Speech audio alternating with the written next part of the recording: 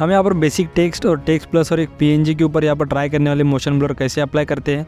हम बहुत यूनिक तरीका आपको बताने वाले हैं जिससे आप पूरा माइंड आपका ब्लो हो जाएगा और आपको लगेगा कि हाँ इस चैनल को जरूर सब्सक्राइब करना है। देखिए सबसे पहले हम अगर टेक्स्ट प्लस की बात करें तो इसके अंदर सेटिंग में जाने के बाद मोशन ब्लर आपको मिल जाता है।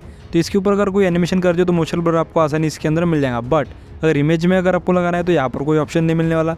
बेसिक टेक्स्ट में अगर देखें तो वहाँ पे भी कोई ऑप्शन नहीं है।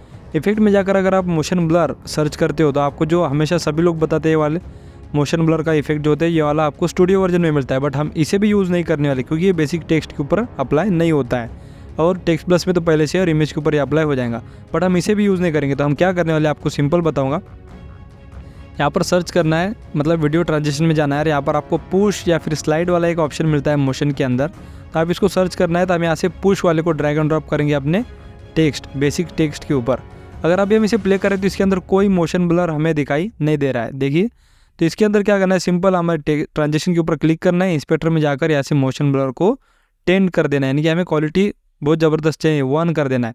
और इनर आउट इसको ऑप्शन आपको सिलेक्ट कर सकते हैं। फिर इसको अगर आप अल्ट का दबा के अगर इसको ड्रैग ड्रॉप करेंगे ये कॉपी हो जाएगा, यानी कि आउट वाला भी हमारा यहाँ पर एनिमेशन आ चुका है। देखिए इसके अंदर मोशन बहुत अच्छे तरीके से आ चुका है। अभी वीडियो को स्किप मत करना, और भी कुछ टिप्स बताने वाला हूँ। देखिए अगर हम इसे सिंपल यहाँ से ड्रैग एंड ड्रॉप करते रहेंगे अल्ट दबा के तो ये अपना सभी के ऊपर हम इसे इनर आउट पॉइंट्स पे इसे हम पेस्ट करने वाले हैं जैसे कि हमने किया है। अभी ट्रिकी बात क्या है कि हमने इसे राइट लेफ्ट से इसे जो है पुश हो रहा है तो ये अपने आप राइट में चला जाएगा। देखिए अगर मैं यहाँ पे आपको प्ले करके दिखा दूँ तो यहाँ पे हमने इसे सिंपल मैनुअल करेंगे। अभी हम इसे अप और इसे हम कर देते हैं यहाँ से डाउन। यहाँ से भी आप सिलेक्ट कर सकते हैं, प्रीसेट ऑलरेडी इसके अंदर दे रखे हैं।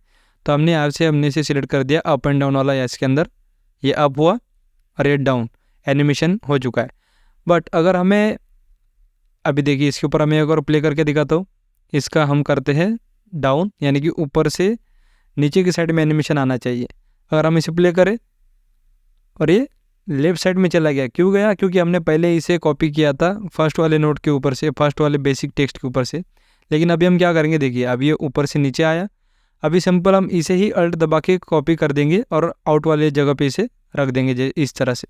तो अभी हमने कोई मैनुअल सेटिंग नहीं किया है। लेकिन अगर हम इसे प्ले करके देखें तो देखिए ये अपने आप उसको अल्टरनेट ले लेगा, डाउन साइड में ये एनिमेशन हो गया, यानी कि ऊपर से नीचे आया और फिर और नीचे चला गया, यानी कि उसका अपोजिट ये अपने आप ले लेता है, यानी कि रिटर्न ऊपर चला गया या ऐसे कुछ। तो बहुत बेहतरीन है। वीडियो आपको कैसा लगा मुझे ज़रूर से बताना दोस्तों, और